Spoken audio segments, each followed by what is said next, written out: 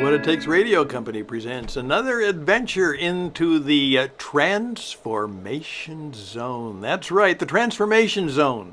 More lessons and stories and inspiration about joining the Transformation Zone. And we have a person, a T person, to be a symbol for our story. Greetings, ladies and gentlemen. This is Stan Houston, once again, the radio man, the coach man. Maybe I would like to be sometimes thought of as maybe the T man, the transformation man. Well, let's see if perhaps that might happen someday. I don't know.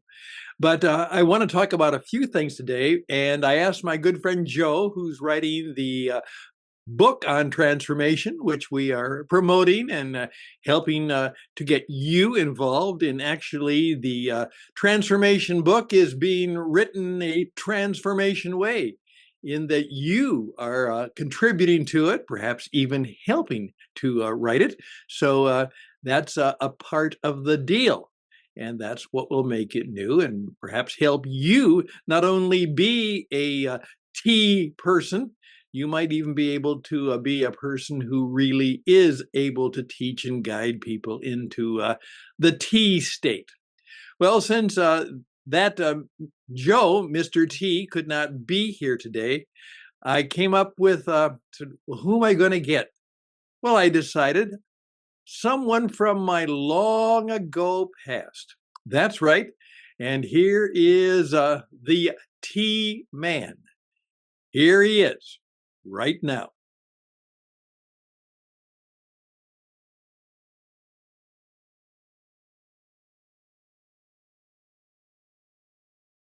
Yeah, there he is from the 1980s, a true blast from the past. That's Mr. T. Now, there's an incredible story about him, and actually, that was many, many years ago, and he's still going strong. And he had a variety of transformations in his career.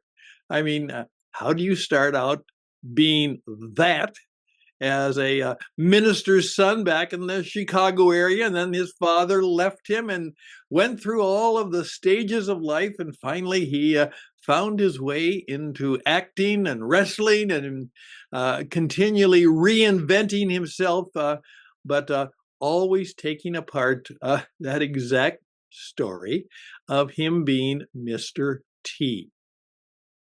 Now, I don't think he will be the flagship person, but what I did want to ask you to think about today, when you think about somebody who really could be Mr. T or Ms. T or Mrs. T, who comes to your mind? That's right. Now, Joe and I are having a variety of conversations along with many of you about how this happened. I'm very much convinced that we actually are in the goal. We're in the good. We're working toward not just the transformation of the economy, not necessarily the transformation of a business model and a business. I think it actually comes down to the fact that we are in the business of helping people truly transform themselves. And one of the things we're learning is that is a difficult thing to do. And whether we can actually create the tools and the guidebooks and the ways for people to truly transform themselves is a challenge.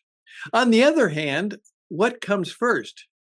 Is it a transformed environment, a transformed business, a transformed situation, and you get caught up in it and you become part of it, and because you are in the process within the tank of transformation, you get wet, you get changed, and you are a transformed person. Or is it, again, is it the transformed person who has gone through all of the disciplines and the disappointments and the designs and some of the disasters, yet some of the incredible delights that actually is the model Actually, they themselves are both model and metaphor for transformation. It's not just something you can see. It's not just something you can build. It's not just something that's there. It actually exists in a living, breathing, you can meet them human being. Well, I don't know if we'll ever get that totally figured out. In fact, I'm sure we won't. But it is in the process of trying to learn more about this process that we have a better chance of either creating it or bumping into it or whatever does happen. One of the things I'm very, very sure of is that if you want to be involved in a transformation process, you have to be open to the fact that there's mystery in the universe. There's mystery in the world. Now, one of the gentlemen who has helped me, he wrote the book, and his name, I may be named after him. His name is Stanley Jones. And he points out 50 some, 60 some years ago that part of the problem with all of the self-analysis that we do, find your true self, find the real you, go deep inside, find out who you really are. And he says that, even many, many years ago, we knew that who and what we really are is not part of our consciousness. 75% of all the things that make us, motivate us, change us, all of that stuff that makes us who and what we are, we're not aware of. It is totally, almost 75% of it is in the subconscious. And how do we activate, how do we discover, how do we find that stuff? If we truly want to be a Mr. T, how can we, or a Ms. T, or a Mrs. T, or a Master T, how can we really do that when we are dealing with the fact that there is so much mystery in our world, so much mystery in what changes us, what motivates us, what hurts us and helps us? And that is the exceptional challenge we have. Where do we keep going? Well, we keep exploring. We keep trying to find the stories. We keep trying to find the people. We keep trying to find the situations. And hopefully in that collecting and curating and shaking, it will probably be in the stories of Mr. T's and Ms. T's who tell their story, have abilities to show us guides and creativities and tools and ways that we can maybe transform ourselves and become our own Mr. and Ms. T, and perhaps then be the people who lead others. I don't know. That's why this is such an adventure, because that's exactly what transformation is about. We are dealing with significant mysteries. And that's the way the world is. So I would like to hear from you. See, part of my job is to, I'm a disc jockey. That's what I am. I'm kind of an overeducated disc jockey. My job is to do quite a bit of entertaining, because that's the way it works. That's what I am. And I'm in the business not of necessarily talking as much as I am listening to people tell their stories. And I have been privileged, and I've enjoyed the pleasure of actually meeting some very significantly transformed people, in which I just kind of shake my head and say, blessings on you. My good, you have been blessed, or my goodness, you overcame great and incredible difficulties. You almost are a little bit superhuman in what you took and what you changed it into and what you became.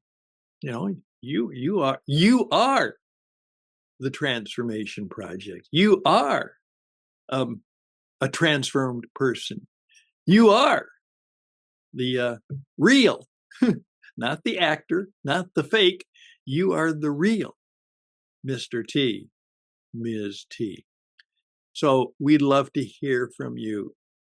So why don't you reach out to me, and I'll begin to pass this on to Joe. And then he says, Stan, remind them of the Substack. So here we go. I have it written out in big words. Okay, here we go. Transformationsbook.substack.com. All right.